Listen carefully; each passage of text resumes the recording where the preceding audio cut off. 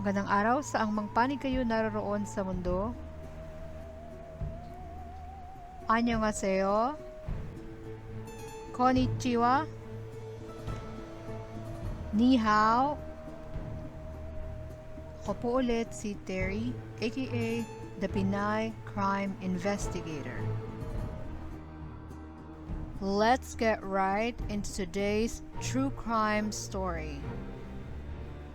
This is a continuation on the Smiths case involving a mother, Susan Smith, at ang kanyang dalawang anak, Michael, 3 years old, and Alexander, 14 months. Part 1 is a deep dive into the lives of Smith family, particularly Susan's. Kung hindi niyo pa po napapanood, I'll put the link in the description. I recommend you do because this video wouldn't make any sense if you haven't seen the first part.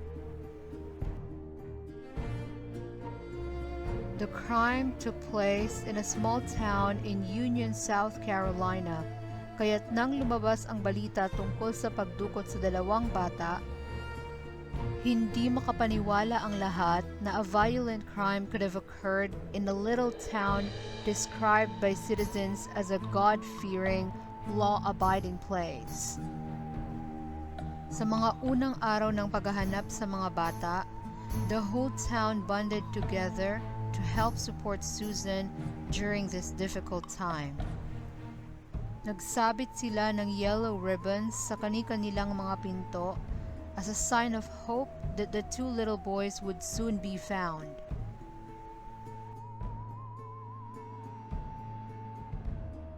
Since that fateful night of October 25, 1994, when Susan told police that a black man had taken her car and her two boys, she stuck to that story for days. At sa loob din ng 9 days ng investigasyon, Susan was constantly questioned about all her inconsistencies in her story. Unti-unti na ring napapansin ng mga tao sa paligid ni Susan ang kanyang mga questionableng ugali at kilos para sa isang ina na nawawala ng mga anak. For one, she seemed overly concerned with how she looked in front of the television cameras. At may mga times din na inaalam niya kung nasaan si Tom Findlay. She even had dramatic moments na humihikbi siya pero wala namang luha. I want to say to my baby that your mama loves you so much, and your daddy and his whole family love you so much. And you guys have got to be strong because you are. I just know, I just feel in my heart that you're okay. On November 3, 1994, 9 days after the reported abduction, David and Susan appeared on CBS This Morning, and David voiced his full support of Susan and her story.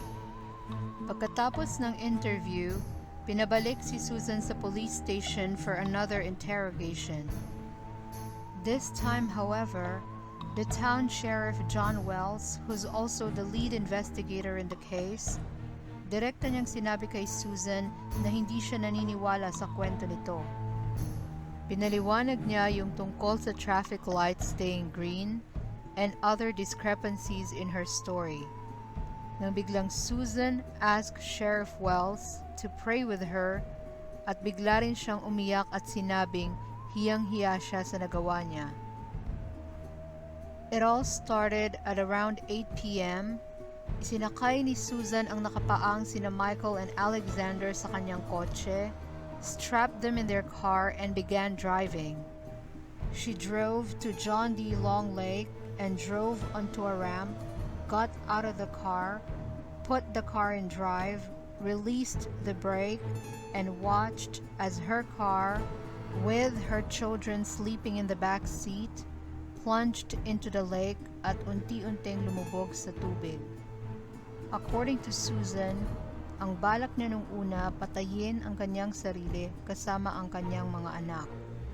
But in the end, she got out of the car and sent her boys to their deaths.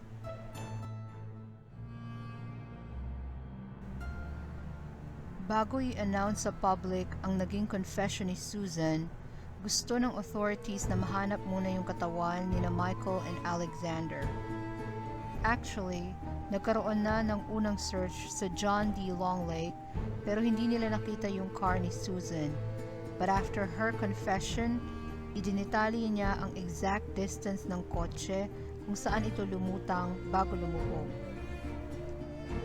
Natagpuan ng mga divers ang kotse na nakabaligtad with the children dangling from their car seats. Binanggit din ng isa sa mga divers na nakita niya ang maliit na kamay ng isa sa mga bata na nakadikit sa salamin ng kotse. Pati na rin ang Dear John letter na isinulat ni Tom Findlay para kay Susan. An autopsy of the children also proved that both boys were still alive when their tiny heads were submerged underwater.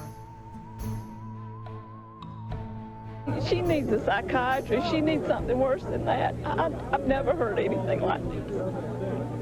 This is the worst way that Union County could ever be brought on the news. It hurts to know that somebody would do that to a young baby.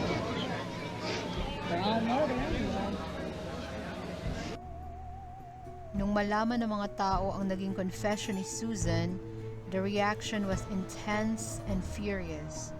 The whole country hated her. They felt betrayed. People replaced their yellow ribbons with black ones for mourning, blue ones for boys, and white ones for innocents. Nag-alay din sila ng mga bulaklak malapit sa pinangyarihan ng krimen. Michael and Alex Smith were buried together in the same casket on November 6, 1994, next to the grave of David's brother and the children's uncle, Danny Smith.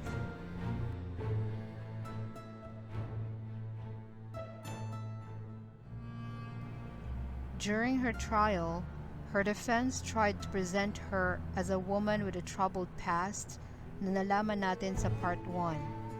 That Susan suffered from mental health issues that impaired her judgment when she committed the crimes. The prosecution, on the other hand, showed the jury a more devious and manipulative side of Susan Smith na walang inisip kung hindi ang sariling kagustuhan, na ang kanyang mga anak ay malaking hadlang para makuha niya ang mga gusto niya sa buhay. That by killing them, she would not only get the sympathy of her former lover Tom Findlay, but with the children gone, it was one less reason for him to end the relationship. The jury convicted her in July of 1995. Death penalty ang hiling ng prosecutors, but ultimately she was convicted of 2 counts of murder and is serving a life sentence. She is eligible for parole in 2024.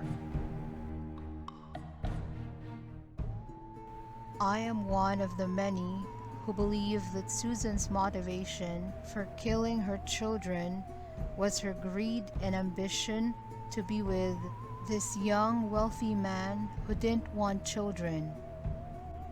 Let me know your thoughts on today's true crime story in the comments, and see you on the next one.